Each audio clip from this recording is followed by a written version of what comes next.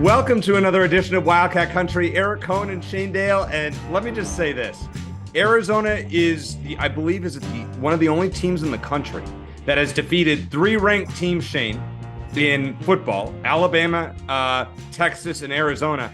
And shockingly, the Wildcats are ranked in both football and basketball for the first time since 15, 14, something like that. Well, you know what's crazy is that Arizona basketball plays Duke later this week. They play at Cameron Indoor Stadium, huge matchup. And yet for me, and I think a lot of Wildcat fans, it is the game we're second most excited about this week. Yeah. Because there's still relevant football to be played in November for the first time in several years. Not only relevant football, but this team it's climbing the ladder quickly. And, you know, they're a overtime loss versus USC away from being in the Pac-12 championship discussion. It's amazing and it's fun. And, you know, things change from week to week in college football. So enjoy the ride as long as we can. We have a heck of a show for you tonight. Brian Jeffries, the voice of the Wildcats, going to join us in the second segment. And my buddy from Sportsline, Alan Bell, I call him AB. He's going to be on to make picks with us. And you know, as always, it is going to be a hoot if you have seen AB in action. But first, it is time for our number one segment. We'll call it segment 1A, Shane's Standouts. All right, there's a lot to choose from after a hell of a game on Saturday night and a hell of a game on Monday night. Two great games on Monday night, Shane. Yeah, I'll go a little sideways with these because let's start with football. And you all know the obvious standouts. You know, I could talk about Noah Fafita and T-Mac all day. I'd like to mention two that might not immediately come to mind. And the first is Tanner McLaughlin. He had 5 catches for 66 yards against UCLA, including a catch in the second half where I don't know what it looked like from your perspective, but on TV, it looked brutal. He took the massive shot to the back that made my back hurt, and he somehow held on to the ball. He was shaken up, and he came back right in the game because he's just tough like that. But the biggest play of the game for him, and maybe the biggest play of the game altogether, if you think about how early it happened, was on UCLA's first quarter interception return, where it looked like UCLA had a pick six. Yes. It looked like it. Yep. But McLaughlin didn't give up on the play, made a shoestring tackle around the Arizona 40-yard line. And instead of going up 7-0, UCLA gets one first down, settles for a field goal, and they miss it. And it changed the entire course of the game. So I want to mention spot on. I want to mention Tanner for the game he had because he had the 5 catches for 66 yards, which was great. But that play, it changed and it kind of personifies just the effort that you see from this team. And then I want to mention Russell Davis, who was one of several Wildcats that just harassed UCLA's quarterbacks, plural, all night. Davis had that sack on Ethan Garbers, who went around our guest from last week, his son, then on that play that knocked Garbers out of the game in the fourth quarter, which we don't want to see, but it was a play that just confirmed or continued the momentum that after Arizona had scored to go up 24-10. He was in the backfield a lot. Russell Davis made some plays that influenced the game, but don't necessarily show up on the stat sheet. So you could pick any number of defensive linemen for Arizona any given week, but I'm going to go with him this week. On the basketball side, same thing. A lot of guys to choose from in the blowout win over Morgan State. All of the starters, the European newcomers. I want to mention KJ Lewis in his first college basketball game. He filled up the stat sheet, had 5 steals, along with 8 points, 4 rebounds, 4 assists, didn't turn the ball over. He's not Dalen Terry, but it was a very Dalen Terry-esque stat line. And that kind of impact off the bench would be huge for Arizona going forward. So want to give a shout out to the freshman. And also the women's team. I don't know how much we'll have a chance to talk about them tonight. Good win on the road, New Mexico State. Not easy to open. You just don't know what this team's going to look like this year. The conference is tough. I mean, Colorado goes and beats number 1 LSU. Yeah. I mean, so you don't know what to expect, but it's a good double-digit game 1 win for Dia. So their freshman Cunningham had a fantastic start to her career at Arizona. So definitely want to mention her as well. Now it is time for our segment 1B, which is Buy or Sell, presented by our friends at Ice Shaker. Go to iceshaker.com, use promo code Wildcat Country, capital W, capital C, get $5 off, or get yours at fanatics.com. All right, Shane. Number 1, regardless of what happens from here, Arizona football has exceeded any and all 2023 expectations. Buy or sell? Yeah, I don't know about all expectations, but they certainly exceeded mine. You saw the stat, and you mentioned it earlier. They're just one of 3 teams to beat 3 ranked opponents, and they're in good company with the other 2. What impresses me most is how physical this team is in all facets of the game. Their running backs are running guys over. their wideouts are blocking. And dragging defenders with him. I mean, it was appropriate that Gronk was there when Montana Lamonius Craig dragged a couple guys into the end zone with him, which is, shades of what Gronk used to do back in the day. And then on defense, their D-men and linebackers are getting to the quarterback. Their corners and safeties are forcing incompletions or meeting receivers as soon as they catch the ball. Johnny Jansen deserves a lot of credit, but I think Dwayne Aquina has a lot to do with this nasty streak that the defense has taken on. And I think that's resonated throughout the team. I can't remember the last time that Arizona was outplaying ranked teams on both sides of the line of scrimmage, both sides of the ball. Now they still have 3 games left and they lose them all, or even 2 out of 3. A lot of those good feelings go away. But as long as this team stays grounded and remains confident without crossing over to arrogance or losing focus, there's no reason they can't keep on rolling. Yeah, I would agree with that. And I'm also going to sell my own question yet buy it. And I agree with what you said, Shane. They've exceeded many expectations. I wouldn't say all. No. I think with a win over ASU, I think a 7-win regular season with a win over ASU, that's exceeded all expectations as far as I'm concerned. Yeah. I don't think anybody was thinking they were going to go realistically. I mean, there was one guy, and I will say this, there was one guy in our YouTube comments who said that Arizona's going to go 9-3, and I thought he was nuts. You know what? I got to give him props. If you're listening to the show, offhand, good job. This team has a chance to win out. And I think if they do, Shane, it's interesting to see what would happen. They're ranked 21st now, need to be in the top 11. And it locks you into potentially a Fiesta Bowl bid. The odds of Arizona, I mean, they would need calamity after calamity to get up 10 spots at this point. I mean, they would need to annihilate Colorado, Utah, and ASU, and then need a lot of. But still, if Arizona finishes the end of the year, if they win out, and including their bowl game, finish in the top 15, a 10-win season with the top 15. I mean, we're dreaming, but holy crap. Well, you're thinking about where this team was with a win over Stanford, which was a butt-ugly game, and likely a good chance they would have lost if Jaden Delora had stayed in the game. Right. So you think about where they were then. They're 3-1, but do we really feel good about it? Not really. And now we feel a lot better about this team. So it's just amazing how far they've come. Again, fortunes change and momentum and fan perception changes from week to week in college football, fair or not. So we'll see what happens in Boulder. But I'm enjoying the ride. As Wildcat fans, Wildcat football fans, we learn to guard our hearts closely. But there's no reason not to enjoy what we've experienced. Alumni were back on Saturday, and that was great. I wasn't at the game, but just over on. I know you were, and on TV it sounded loud. It sounded as loud as it's been in a long time. I'll tell you, they had Gronk come out for the coin toss. They had Scooby Wright and Khalil Tate in the pregame. Scooby gets on the microphone and does Scooby's thing, and with Khalil waving. I mean, I love seeing the alumni back. Yeah, that is so important to have those guys on campus. Jed Fish gets it, and it was a great environment. The last 2 weeks are as good in consecutive games that I can remember at Arizona Stadium in a long time. I mean, I'd have to go back and think about it. But, man, those 2 games against Oregon State and UCLA were so much fun. Yeah. I love it, and this is what Arizona football should be. Close it out with a win against Utah, and we will be looking forward to our Big 12 debut next year. This is going to be fun, but the crowd stepped up. I was really, really proud. And they stayed. Yeah. It was really impressive. And I love the field rushes, by the way. Got to say that. No, I was not on the field. Number 2, Shane, Arizona's effort level is far greater than any team we have seen since 2014 by ourselves.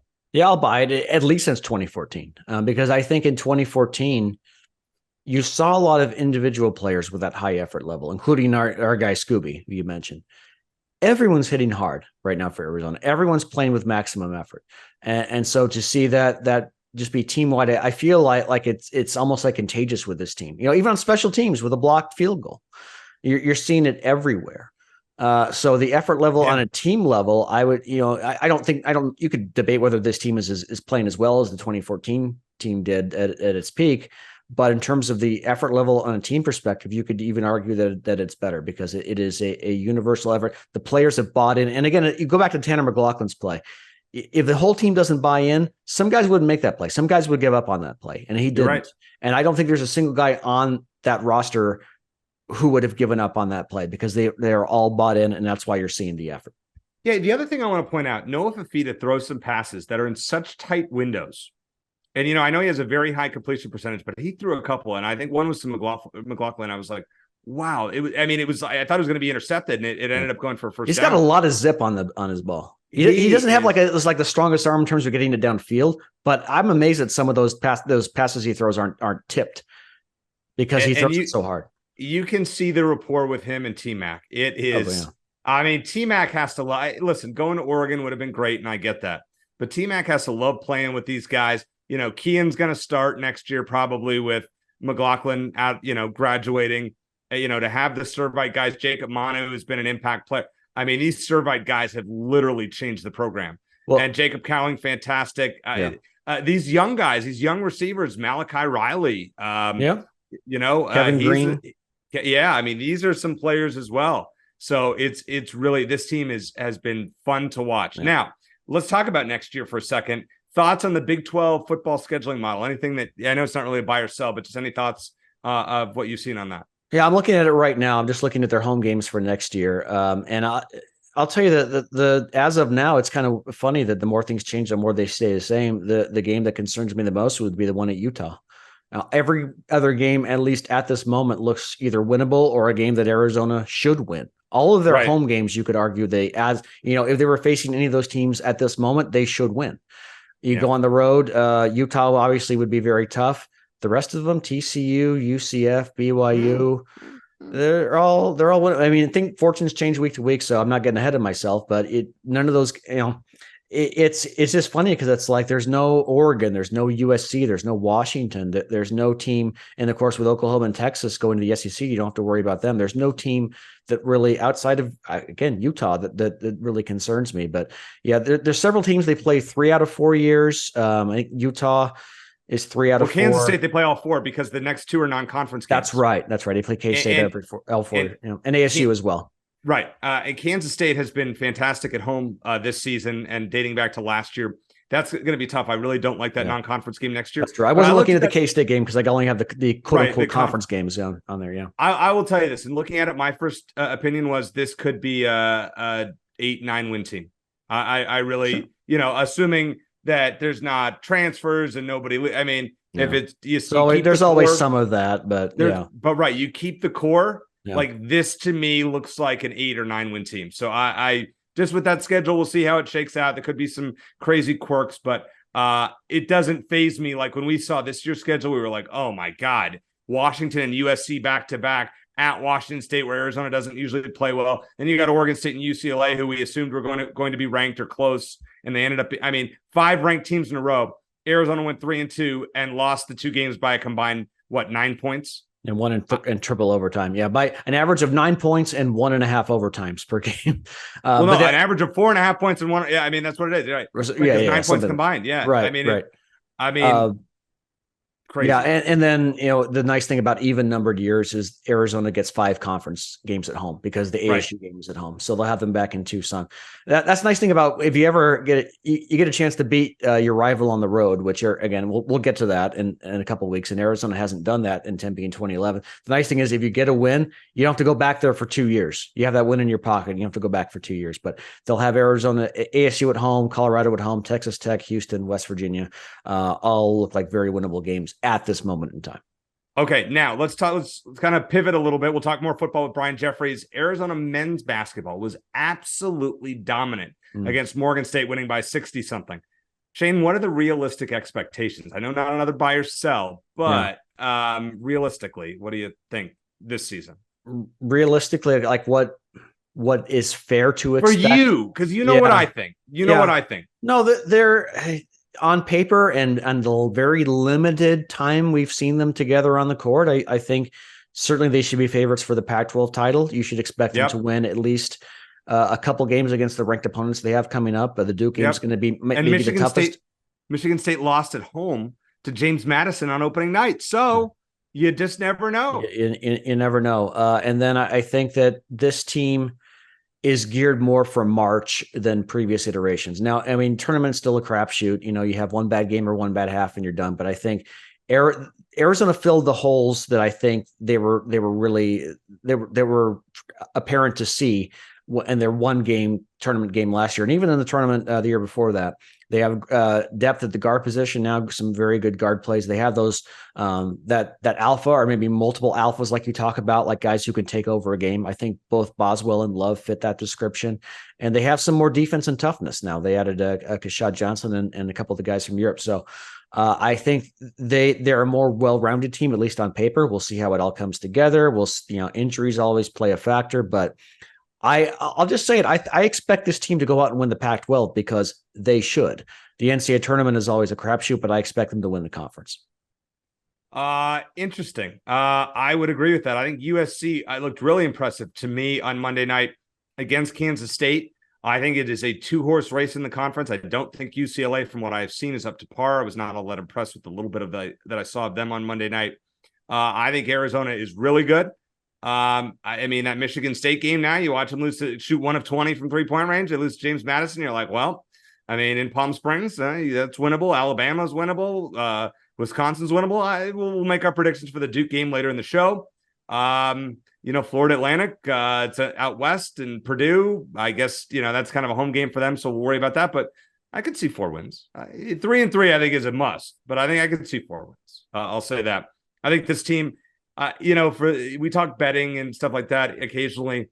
Arizona is plus 650, so 6.5 to 1 to make the Final Four. Final Four's in Glendale. You have a couple bucks laying around. Just saying, it's probably they're a worse bet, Shane. I know. There. You know how I feel about this discussion. I know you do. I'm just saying. All right. Bonus question here. Do you think the Kerr Kriisa 9-game suspension at West Virginia impacts Arizona at all?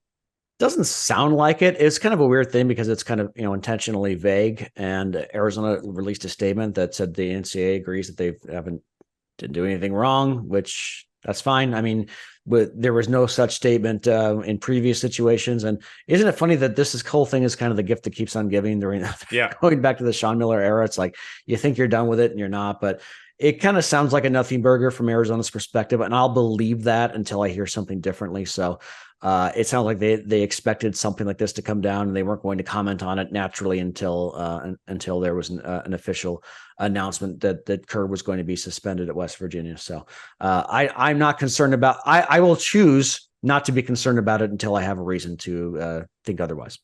We've had some exciting times on Wildcat Country in the 3+ years that you and I have done this show, Shane. But right now, when you see the 21st ranked football team, you see the men's basketball team on the fringe of the top 10. This is really fun. This is really, really fun. And I'll say the same thing I did to Valley sports fans when the Diamondbacks got to the World Series. Because aside from ASU, I'm a fan of all the Valley sports teams. I said, savor this because you never know when it's going to happen again. The Phoenix pro teams are typically collectively not very good. And they've lost a lot more championships or semifinals than they've won anything. So when this moment happens, or my wife likes to say our frustrations are a product of our expectations. I would say keep your expectations low, just enjoy it and savor the wins over UCLA and UCLA and Oregon State. Savor the men's basketball team looking like championship material, regardless of the Duke result. Whatever happens. But this is a fun time. It's been a long time coming. Since we started this podcast or relaunched it during the pandemic, and Arizona was on a big lose. It took us almost over a year to talk about an Arizona football win, and here we are with bowl eligibility, and the possibilities are exciting. So savor it, keep your expectations low, and you'll be fine. Thanks for sticking with us throughout all of it. It's been a hell of a ride, and we have a lot more to give. It's been so much fun. Coming up next, let's talk to the voice, the Wildcats, Brian Jeffries, here on Wildcat Country.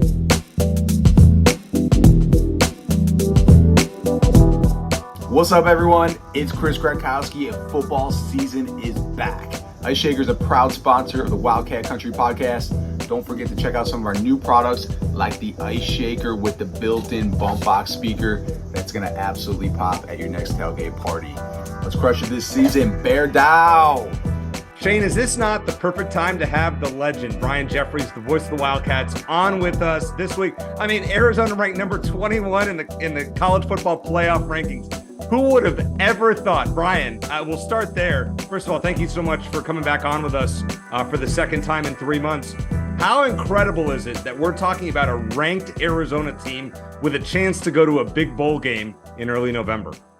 Well, I guess, guys, some people might say that Jed Fish is ahead of schedule. I don't know if I want to use that particular description or not, but if you go back to that first quarter at Mississippi State when things didn't look too good, it's a surprise to many. The Wildcats are sitting where they are right now, but they've continued to get better. Jed set the culture a couple of years ago. He's recruited exceptionally well. You could kind of see the growth of the team coming, and even in those losses to Washington and USC, there was something going on there. I mean, they lost to the Huskies by 7. They lost triple overtime by 2 at USC, and Jed says that may be the game right there. Despite the fact it was a very difficult loss, that was the game that kind of sparked this team to believing that they can go out and beat everybody. And since then, they've done exactly that. They won 3 straight. Well, Brian, the common denominator in the games you mentioned is Noah Fafita, who came on in relief of Jaden Delore at the end of the Stanford game, led him to a game-winning touchdown, and then has been fantastic ever since. Obviously Noah Fafita deserves a lot of credit for the surge that Arizona's made in the last month or so. How is he do you think that he's maybe responsible, like morale-wise, for some of this as well, or is it just a matter of like the whole team, both sides of the ball, just happen to be coming together at the same time? Well, I'd say that, you got to say most of it is just the team coming together. The defense has been outstanding. That's been maybe the biggest surprise and the biggest area of growth is what Johnny Nansen has done on that side of the ball. But Noah's got a very calming personality. And I think when he gets in the huddle, and this is what the other players have told me, that when he gets in the huddle, there's just confidence. He exudes confidence. And so they kind of cling on to that. The offensive line has played exceptionally well for him. He's got a couple of great wide receivers. The running back room is deep. And so he's got all the tools to work with. But here's a guy that's second in the nation in completion percentage right now as a redshirt freshman who, just played mop-up duty a year ago. It's a pretty good story. And if he keeps it up, it's going to be one of the best stories in college football this year. Let me ask you about Dwayne Aquina, because I know, taking nothing away from what Johnny Nansen's done and what he's built at Arizona, but I feel like, and I think a lot of Wildcat fans would agree that you see this edge, this almost nastiness to the defense now. And I got to believe that Dwayne Aquina has a little something to do with that. And obviously, you know Dwayne Aquina very well from multiple stints at Arizona. What do you think about that?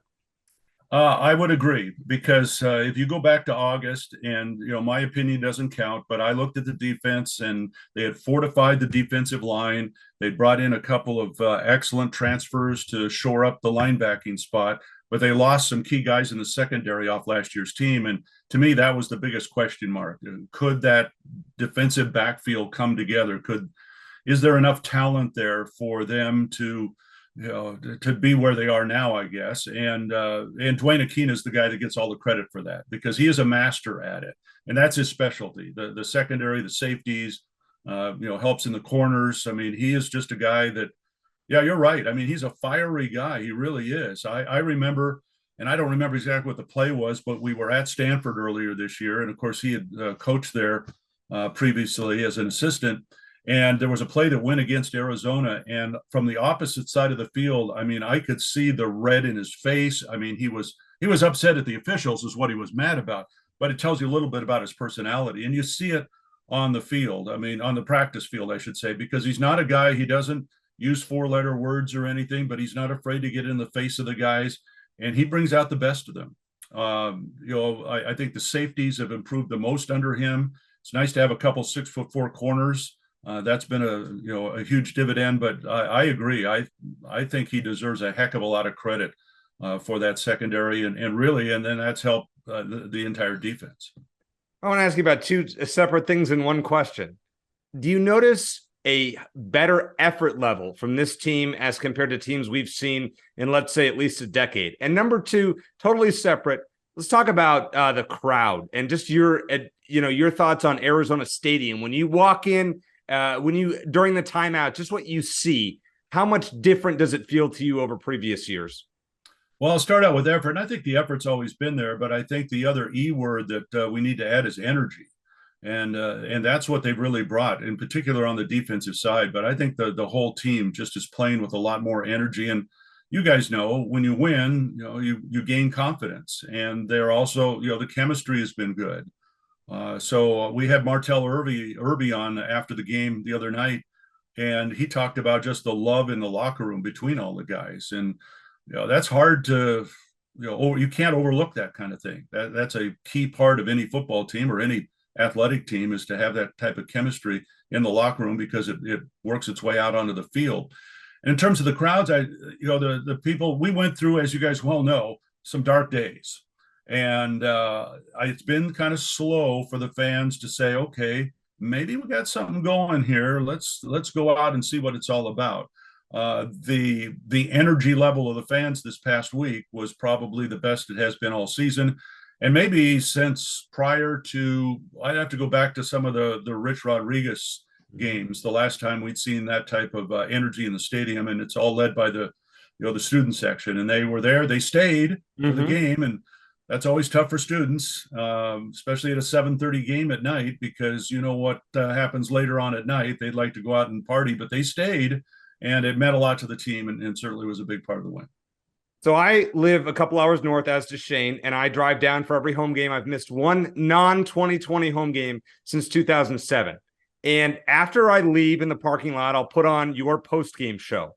And I hear your voice. I've heard your voice after demoralizing blowouts, but the last 2 weeks, it has been different. And even against, Washington, it was different. I feel like your enthusiasm really has shown on the airwaves to the fans. Anything you can touch on with that? Well, like I said, guys, and again, there's been some tough times here. And we went through 3 years of about as difficult as you can ask for. And so as much as I have believed in Jed Fish since he got here, and I got to know him and understand what he was all about, and could see what he was doing, I believe this has come quicker than a lot of people expected. I thought that they would have a chance to get to 6 wins this year. I really did. And I was hoping for that. I was hoping they could get to a bowl game. It would be a great show of progress, and then go on from there. And here they are at 6 wins with 3 to play, including a home game. So I'm excited about it. I'm not going to say I'm in disbelief, because again, I've been around this staff long enough now for the last almost 3 years to understand what they're putting into the program and all the work they've put into it, and been around the players, and I can see all the sacrifices they've made. But at the same time, you never know. I mean, and nowadays in the transfer portal, when you're bringing new guys in all the time, and you don't know how quickly that they're all going to fit together.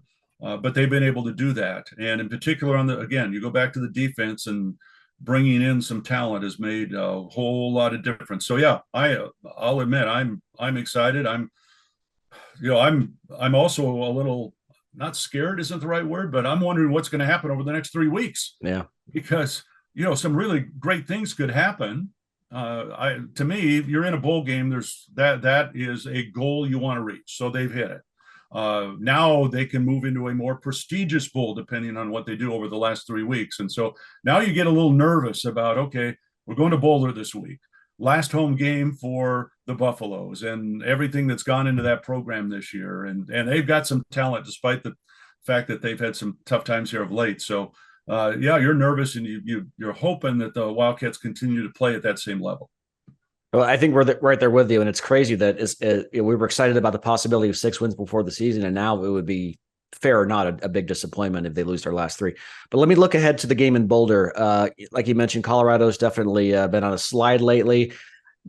Two-part question: do you think that's more just them coming down to earth versus they were really maybe quite as good as the national media made them out to be? And then the second part of that, we had Max Brown on last week, and he said Arizona should come after Shedeur Sanders, or he's going to pick them apart. Just your thoughts on how Arizona goes about containing Sanders. Well, there's a couple of aspects to that. One is, as good as Arizona's defense has been, check the interception column, and you will see the number 2. They've had, Takario Davis, for example. I think he's broken up a pass in 7 straight games or something. A couple of weeks ago, he had 2 of them in his hands and just couldn't hang on. And Sanders has only thrown 3 picks this year. Right. So to me, that's a great challenge right there. Can Arizona find a way to pick him off?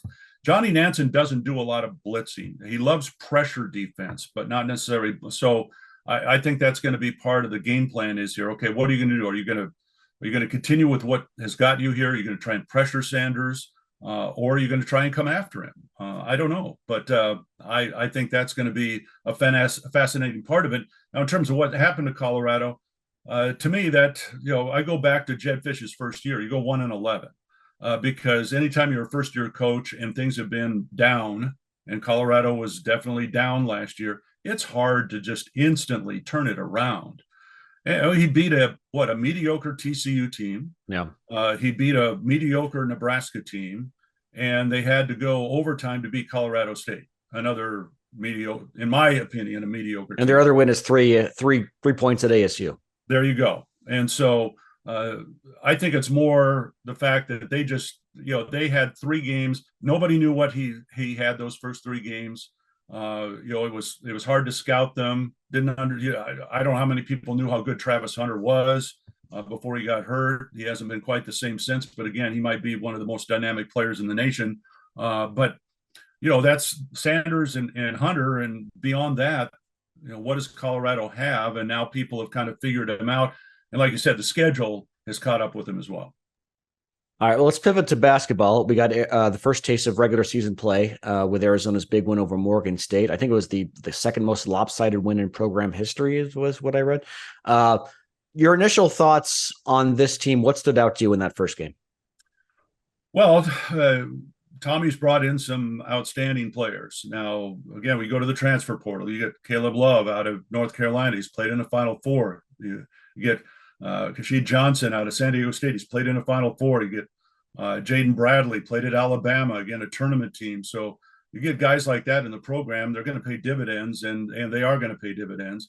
And he's brought in 4 freshmen, and I think 3 of them are going to contribute probably in a big way. And the biggest one is Mo Krivas, the 7'2" kid out of Lithuania that has a great future ahead of him. He is a freshman. He's 18 years old. He'll back up Umar Ballo this year, but from what we've seen, you don't teach 7'2", and so he's going to be a force inside. Kylan Boswell, he's still only 18. He's a sophomore. He has totally changed his physique. He had worked all summer on his shot. We could see that last night. He had a career high 18, and so he is a major factor in there as well. So. And Tommy's going to go deeper this year. One thing that when he looked back at last season, he said, hey, look, we didn't go deep enough on our bench. It caught up with us. And so we were trying to figure that out. We were looking at the roster, and you can look at 10 guys on that roster right now and legitimately say that they deserve to play. It's going to work itself out, but that kind of depth, and you never know when injuries are going to pop up. So it's just good to have that kind of depth. Let me ask you about the matchup with Duke, which Arizona's beaten Duke the last 2 times they played them, but they didn't play McCann or indoor either time. Duke has a lot, obviously a ton of talent like they do every year, bring back some talented guys. Omar Ball is going to have his hands full with Kyle Filipowski. They have the number 2 recruiting class in the country. Give us maybe a couple of matchups to watch in that game. Well, I think, in the middle is going to be the key one to me. Duke always has a strong backcourt. And so I take that for granted every year. And to me, that's probably how is Caleb Love going to deal? He's played at Cameron before when he was at North. I'm sure the Duke fans will remember him fondly.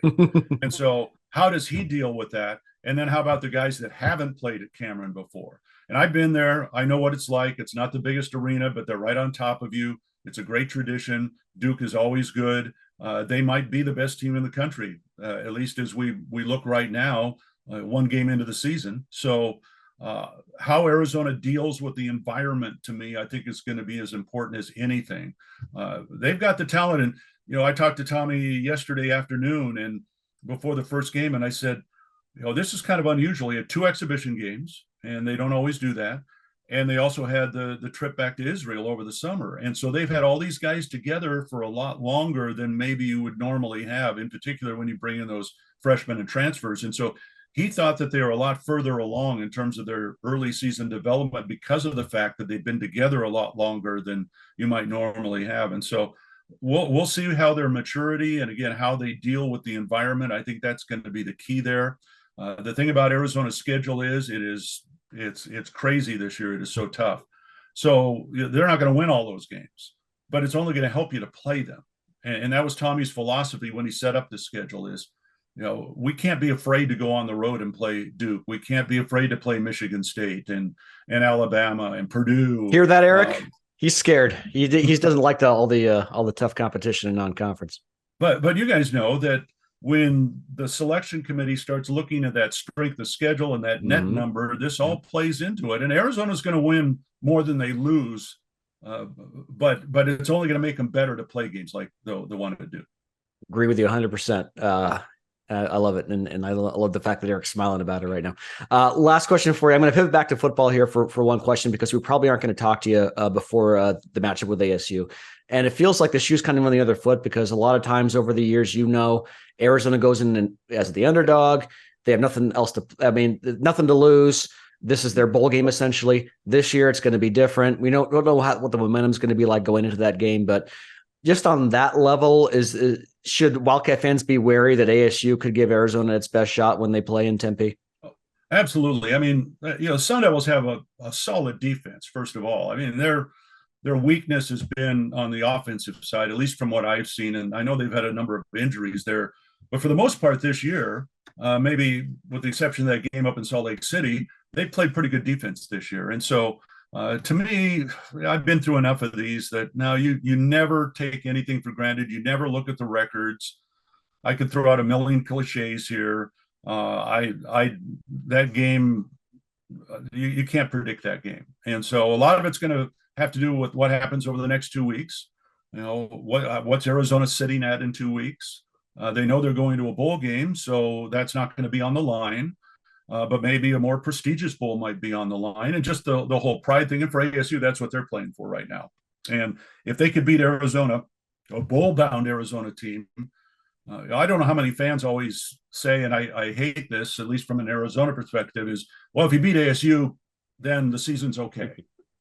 I don't think I don't buy that. But in this case, for Arizona State fans, they might be thinking that if they can beat Arizona in the final game of the season, they might walk away and say, hey, we got something started here. My last question for you, Brian, once again, as always, thank you for joining us. Arizona's number 21 right now in the college football playoff rankings, as we've discussed. All right, I think you need to be in the top 11 or so to get a New Year's Six bowl. Are we dreaming too much? Or, in your opinion, you never know. Let's see how the chips fall. All right, well, I tried to figure this out. So here's my scenario. The only scenario, Arizona's got to win out. So they'd be 9-3. They would have beaten another ranked team in Utah along the way. Oregon and Washington go to Las Vegas. Oregon wins the game. They get into the playoff. Washington loses that game, and maybe they lose at Oregon State this year. I don't know. Arizona would probably have to, Washington owns the tiebreaker there, if you want to use that scenario. It's not out of the realm of possibility. It just isn't. But I'll sound like a coach here. Take them one game at a time, and you got to win 9. If they're not 9-3, then we're not even talking about it. So first things first. And if they could get to 9, at least that's something to dream about. I just think that where this program is, third year under Jed Fish, the fact they're going to play in a bowl game, and if they're 9-3, let's just say they're 9-3 and they play in a really good bowl game, whatever it might be, it's nothing but good news. Great. Exciting times ahead. Great having you on once again, Brian. Thank you as always for the great analysis. And we always enjoy listening to you from near or far. So we hope to talk to you again soon. Thanks, guys. Anytime.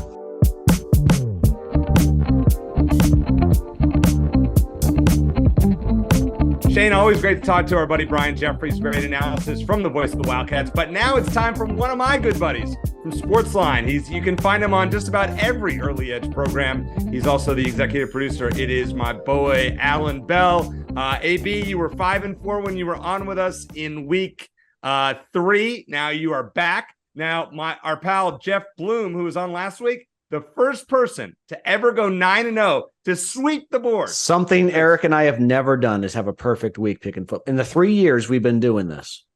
Well, I was going to say, first off, I appreciate you guys having me back. Sure. Second, appreciate you guys having me right after the guy who went unbelievably perfect. So nice job, Jeff, on that one. Now, one of you, I feel like, is going to go perfect. I'm going to embarrass myself since there's no way that I'm going 9-0 on this one. But, boys, good to be on with you, man. I appreciate it.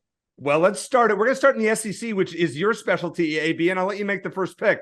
Georgia is hosting College Game Day this week against Ole Miss, and they're giving 11 points to the Rebels. Who you got? Yeah, I'm taking Ole Miss here. Look, and this is nothing against Georgia, right? Ole Miss is just a better team than the public might believe. They just make dumb turnovers, right? But when they don't, they're pretty good. And the one thing that Lane Kiffin can do is annoy this kind of Nick Saban collection of coaches, right? So he knows Kirby Smart. They know each other unbelievably well.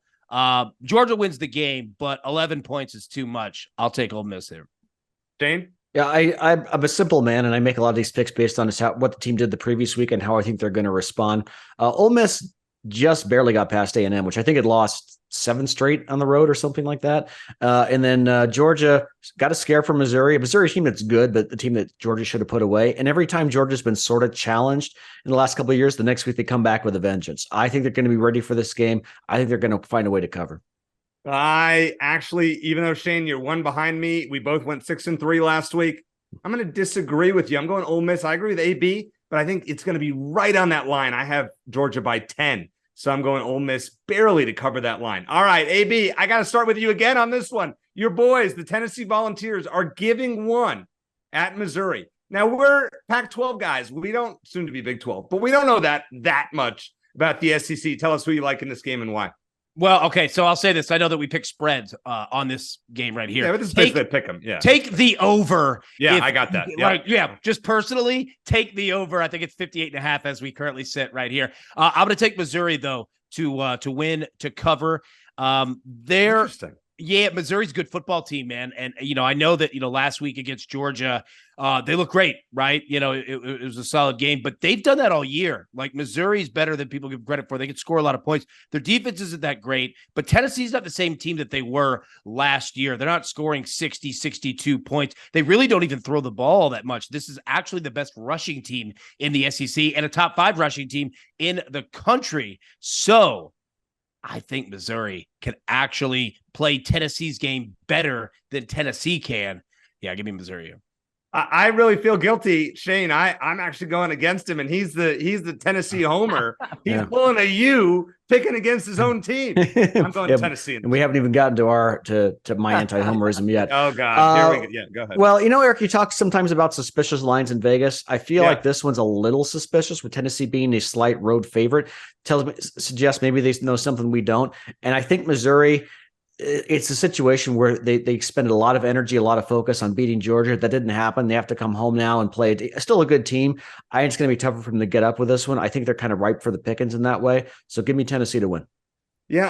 Here's the fascinating part. I didn't mean to interrupt you. That was an excellent point about playing Georgia, right? Like, after you play them, it's like playing the 49ers in the NFL the week you're beat up, right? Mm-hmm. And here's the interesting part too. Tennessee plays Georgia next week. So they're looking ahead to that one as well. This game could be all over the place. Suspicious line. You're correct there. I will tell you, AB, on our show that we will record on Wednesday, I am giving out the over as well. I mean, you and I are both going to be giving, we know better. This is going to be a shootout. That's what Missouri does. That's what Tennessee does. And Tennessee's offense got back on track last week. All right, Michigan, -4.5 at Penn State. Shane, I'll start with you. I mean, Michigan looks like the best team in the country, but they also might have everybody's signals. What do you think? Well, 2 ways to look at the off-field issues. Number one, is it a distraction? Are they going to lose their focus? On the other hand, are they going to go out there and try to shut everyone up because everyone's talking crap about the program? I think it's going to be kind of the latter. I think we saw Penn State is good, but they're definitely the 3rd best team in the Big Ten, as we saw when Ohio State played them. So I like Michigan, and if I'm going to pick Michigan to win, I might as well take the 4.5. All right, AB, how about you? I'm taking Michigan here. I look, Shane, you nailed it completely. And speaking of that, in regards to like all the stuff going on around the program, Jim Harbaugh has used that week after week after week as motivation, and the team's bought in. And if Michigan were like a gimmick offense and there was all these things that had to come together, I would not bet them at all. Like, things would fall apart. They just run the football, and then the minute that you sell out to stop the run, McCarthy beats you over the top. It's pretty simplistic. It's really kind of hard to mess that up. So I agree. Give me Michigan here. Penn State's a good football team, but Michigan, man, like they're the best team in the country. I would love to see Penn State beat them. I will be rooting for Penn State, but I think Michigan wins this game by about a touchdown. So give me the Wolverines. All right, we're going to go to the Pac-12. Next 6 are Pac-12 games, and then we have a basketball game to pick as well. All right, Washington State at Cal, who's favored by 1.5. I think the Cougars are done. I think Arizona ruined the Cougars. They put them off the map. When you can't even beat Stanford at home, you're done. Give me Cal minus the 1.5. AB, how about you? Yeah, I'm going Washington State. I don't disagree with the thing that you said, but I'm going to go Washington State. I agree that, it's a wrap for them. I just don't believe in Cal. Okay, fair enough. Shane? Yeah, I keep saying, okay, Washington State's going to pull it together. They're going to pull it together, and they keep not doing it. So do I abandon them now, or do I remain stubborn? I think I'm going to abandon them. I think I'm going to go with Cal. And Cal's not – there's not a horrible team in the Pac-12 this year. Even our friends in Tempe aren't – They're horrible, Shane. They're horrible. Well, they were against Utah, but overall the season, I know. We'll get into that later. But I don't think Cal is that bad either. You remember that they were 2-point conversion away from beating USC, which I know isn't a great team either. But so it's not like Washington State is that much more talented than Cal. Cal's not playing. They're playing better. They're not playing as horribly as Washington State, and they're at home. So give me Cal. Oregon State is minus 20 at home against Stanford. I mean, I don't have great analysis on this one. I don't think Stanford's that good. They've gotten a couple nice road wins this year. This isn't going to be one of them. Oregon State big. Shane? Yeah, I've been going back and forth on this one. I'm still going back and forth as I'm talking, so I'm going to ramble and try to think of something. Oregon State's going to win easily, but it could, be a situation where they're up by 24. Stanford gets a meaningless touchdown late, backdoor cover. So I guess I'm talking myself into that. I'll say Oregon State by somewhere in the 17-point range. Okay, AB. Yeah, I'm going to take Oregon State. But that's a good point though. That when you have a what is it? You said 20-point favorite. Like you've got to be up 30 to feel comfortable. You know what I mean? So it's definitely a weird sweat. But Stanford, this is not their style of game. If Oregon State gets going. That ball ugly. rolls downhill fast. Yeah, I'll take Oregon State. So AB and I record the Sportsline College Football Show every Wednesday. These next 2 games will be a part of it, I am sure, as featured games. Start with USC at Oregon, who is favored by 14.5. I mean, I'm gonna let you go first on this one. I'm going back and forth on it. Let's see what you got. The over of 1,000. Yeah, well, I got that. I'm giving that out. Yeah, I got that. Yep. Give me Oregon here, man. I think that they are the best team in the Pac-12. That said, I know that, they could play some funky games, but lately they've been doing their thing, man. USC's defense is horrible. Like it just doesn't stop anybody. I'll take Oregon here. Shane? Yeah, or USC's defense is awful, but I think there's a question a couple of weeks ago about whether USC was going to quit. They haven't quit. They just got beat by a better team. They got outlasted by Washington. Yep. I think they're going to go into Oregon and play tough. They're going to play well, but like I said, their defense is terrible. They're not going to win there. But I think the line is a little bit too high. I think USC finds a way to cover, maybe even lose by 1 possession.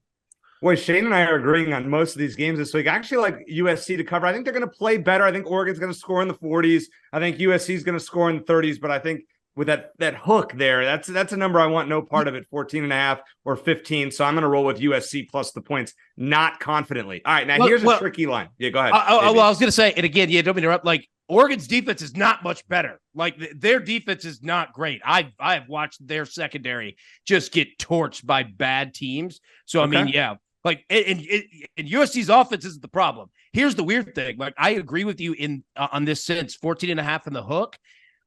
Oregon does weird, dumb stuff. They go for 2 a lot. They don't kick field goals. Like, that could absolutely hurt, where they win by 13. And you're like, dude, if we just didn't go for 2 twice, we would have covered. So, yeah, you got that in your favor as well. Fair enough. All right. Now let's go to another one that's kind of a weird line. Utah is at Washington, who's minus 10. Utah beat ASU by, 52 points last week? Washington's last, 5 or 6 games have all been within 10 points. Their biggest win being 10 over USC last week with a late touchdown. I like Utah to cover this. I think they lose by a touchdown. AB, I'll start with you. Go ahead. Well, I'm going to go with Washington, and I think I'm actually mirroring the example that you had on the early edge think was it 2 weeks ago? Utah played Oregon. I Yeah. think whoever, and Oregon just Walloped whooped them. them. Yep. Like you said it, you were like, Utah's not built to play this style of game. And I think that Washington could do the same thing. They start scoring. Like it's all Utah's almost like Air Force. Like they run out of playbook options. I'm going to take Washington here. I don't hate playing Utah. I mean, they're a phenomenal team, but on the road, I'll take Washington. Shane, what do you think? Yeah, I agree. Utah's a much better team at home generally. And while Washington, like, it's a great point, Eric, about how they played a lot of close games, but I think you could maybe see a backdoor cover in the other direction, maybe where Washington's up 6 or 7 points, Utah's driving, Washington gets a pick six to end the game, something like that in play. And even if that's not the scenario, I think Washington's more than capable of covering at home. So give me Washington to cover. I was thoroughly unimpressed with UCLA last week. Thoroughly unimpressed. And they got whooped. Arizona just absolutely whooped them in that 27-10 game. Now they're giving away 16, maybe even higher at some books to ASU, who lost by that many, just a ton. So what do you do with this game? I guess I'm going to roll with ASU with the points, thinking that maybe UCLA is demoralized after that performance last week, and ASU maybe steps up a little bit. Low scoring game, but that's what I'm going with. Shane, maybe you have a better sense on it than I do. Do we know who's going to quarterback for UCLA? Is Garbers going to be going, or do we know? Garbers did not look good to me. I think I haven't read anything yet. Dante Moore also seemed to get hurt. They have the other kid that can run. I still think it's better than anything ASU has, but still, I'm still going with the Sun Devils. Yeah. That being the case, I'll probably take ASU to cover one way or another. I don't think they're going to check out even after their loss to Utah. Yeah. I think Kenny Dillingham's going to rally around. He kind of had an interesting tweet about how he didn't have the guys ready to go. I don't know if you saw his tweet. It's like, that's kind of an interesting thing to share publicly. But anyway, I think ASU finds a way to bounce back and not win, but I think they're going to be more competitive. I think the game against Utah was a little more of an outlier than who they are, which is a below average team that loses close games primarily as opposed to blowouts. So I'm going to take ASU to cover. AB. Well, we've reached the crow eating portion of the show on the early edge. I went all in on UCLA against Arizona, and EC even said, he goes, I'm just telling you, man, it's not a good call. And I said, well, I doubled down on it, and that's what I get for doing that. UCLA looked atrocious. Arizona looked great, as Arizona has for 6 weeks now, something like that. Like, it's just been consistent, great football. I'm going to take UCLA here. Just because Arizona State is awful. And I think that UCLA will actually do it by defense instead of offense. Like, they don't necessarily have to score a ton. I think their defense is good enough to just completely shut down Arizona State. And I think that they'll play kind of upset, angry, right, after that loss. So I'll take UCLA here. But I need it to be known to everyone in wonderful Wildcat country here that I chose wrong last week, and I apologize for it. Thinking about that line from Indiana Jones and the Last Crusade, that he chose poorly. I was waiting for you to finish that, but listen, I didn't want to jump in your way. All right. Now, the line last week that we gave out on the show was UCLA -1.5, even though it had gone up. And Shane did pick UCLA to win the game by 1. By 1 point. He gets credit for the cover. I do. Nice. But he did. He has picked against Arizona consistently lately. And so now Arizona is at Colorado, the number 21 ranked Arizona Wildcats at Colorado. Before the season, AB, I took a lot of heat. We were going through game by game, and I said Arizona is going to lose at Colorado, and I got ripped. Oh, this guy's an idiot. How can you consider yourself a Wildcat fan? All right. We'll see if I have redemption, but we're going to start with you. Give us a score prediction and just a couple lines on what you think are going to happen. 42-39, Arizona wins. All right. Now, here's the thing. That's the projection of just being safe of, kind of sports line play. Me, 52-30 Arizona. That's what I'm going with. That's my official, right? That's what I'm going with. I think Arizona lays. Yeah, I think they lay the hammer down. I love the attitude of this team. Watching you guys, it's been fantastic. And like I said, like joking about like eating crow, which not kidding about it, really am doing it. But like Arizona's for real. Like, this is not like a 1 week, 2 week fluke thing. This team believes they play great football. They're well coached. Like, they're doing everything that you would want your team to do. Colorado, look, it's fun. It's a lottery ticket that you hit, but there's 10 lottery tickets that you missed trying to get that one. I don't believe in it. I think Arizona lays the hammer down on it, gets over that 50 burger. Let's go. Okay. I love it. Shane, what do you got? All right. I'm going to take I'm going to take a baby step here. Now, let's just all right. I'm finally going to be bold enough to pick Arizona to win. Okay. But I think the spread is a bit high. I don't think Colorado has collapsed so much as they were never really that good. Like Brian talked about, TCU, turns out they're an average team. Nebraska's an average team. They beat Colorado State in overtime. Who cares? They've come down to reality a bit. They still have a very dangerous quarterback who's thrown 24 touchdowns and just 3 picks this season. An outstanding wide receiver trio. Now, Colorado was last in the conference in yards allowed, so Arizona should be able to put up their typical 24, 27 points in Boulder, which is, you get that elevation as well. As long as they take care of the ball. You can argue that this is the worst team Noah Fafita has faced as a starter, which is kind of crazy. But I'm going to go Arizona, but I think it's going to be a very uncomfortable, nail-biting kind of game. I'm going to say 24-23 Wildcats. Wow, low scoring game. All right. Now, I am just like the Wildcats who are 8-1 against the spread. I am 8-1 picking Arizona games against the spread, with the only one being wrong was Washington State. I have a feeling that this game is going to be close. I actually agree with Shane. Not as close as what Shane thinks. And the last time Shane picked a 1-point game, it was a 1-point, or no, well, Arizona to win a 1-point game. Arizona won a 1-point game against Stanford. Game. Yeah. Yeah. I think it's going to be close, and Colorado has had a habit of getting backdoor covers lately. Arizona also 8-1 to the under. So AB's score prediction might be a little higher scoring, going a little bit lower scoring. Arizona 30, Colorado 24. I think we're going to win, but it's going to be a little uncomfortable. We'll say that in Colorado's home finale, as Brian mentioned. On the Arizona show, I'm the only one that's taking You're the Arizona only one to cover. All right. Isn't that amazing how things change? All right, now here's the real thing. Here's where Shane and I are probably going to get killed, but we're going to go with it. We got one more pick. We're done with college football. Arizona is at Duke on Friday night. AB, 7:00 Eastern, 6 in Nashville, 5 in Arizona. We don't know the line on this game. Give me a pick, your winner, and by approximately how many points do you think? Yeah, look, I'm taking Arizona by 8. Wow. Okay. Wow. Yep, by 8. Now, look, again, nothing negative against Duke, but I don't think that Duke is really all that ready in terms of coming out this season and coming out on fire. Arizona, we were talking about it before we came on air. Arizona's an NBA team. Like, I think that this team is ready to go anywhere, anytime. They're cool, calm, collected. They're bigger than you. They're more physical than you. And you know what? They're just, like, not worried about it. They come in relaxed. Duke, people get all freaked out, right? I think Arizona's like, we're going to beat you. Like, it just, who cares, So I'm taking Arizona by 8. I think they lay it down. All right. I'm going to make my pick next. I think the game will be close throughout. I think the line will probably be somewhere around Duke minus 5.5 would be my guess. And we'll find out probably on Thursday when that comes out. I think that it'll be a couple possession game throughout. Duke pulls away late. Duke by 7. I hope I'm wrong. Hope Arizona wins. I hate Duke. We'll beat him next year in Tucson. But I think Duke wins by 7. All right, Shane, the eternal optimist, your first basketball pick of the year. What do you got? All right. I think this is the kind of game that Arizona could win in March on a neutral court, given their combination of size, defense, guard play, and experience. I think this team is built more for March than the previous iterations of Tommy Lloyd's teams in Tucson.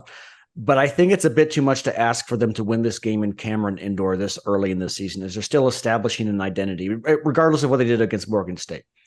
That was Morgan State. This is Duke. Duke matches Arizona's depth, I think, comes close to it. They have the experience. They have the physicality. Umar Balo is going to have his hands full with Kyle Filipowski. So I'm going to pick Duke to win, even though I think Arizona will give him a difficult time. I agree with you. Close game throughout. I think Duke pulls away late. I'm going to say, I'll give you a score prediction. I'll go 82-71 Duke. Oh, by 11. All right. Well, look at AB. Comes on the show. And he is the eternal optimist. Welcome to Wildcat Country for the second time, AB. Thanks for joining us. Really appreciate it, as always. Thanks for being a homer so we don't have to. Hey, hey, everybody's got to do a job. No, look, I believe in it, man. And I appreciate you guys having me. Thank you so much. AB's going to get all the love in the comments, as he always does on the Sportsline shows. That's the ultimate goal, is to get those social media follows, which I respect. Well, I was going to say this. I was going to say this on the basketball game to end it.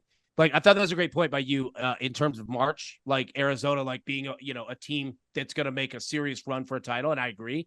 To Tennessee put Duke out last year in the NCAA tournament. And the reason why I like Arizona so much is that you guys remind me of the Tennessee team last year, to where you're not afraid to get physical. You'll play defense. You could score a ton, but you don't necessarily have to do that. People have to score on you, and it can be a problem doing that. So Arizona reminds me a lot of that.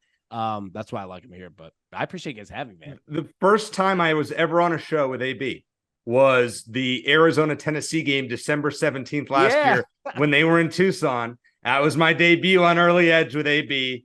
We know what happened there. It was a good thing. So and then Arizona beat Tennessee in baseball. So we're 2-0 against the Volunteers since I've known you guys. ABA. Own us. I know you guys own us, dude.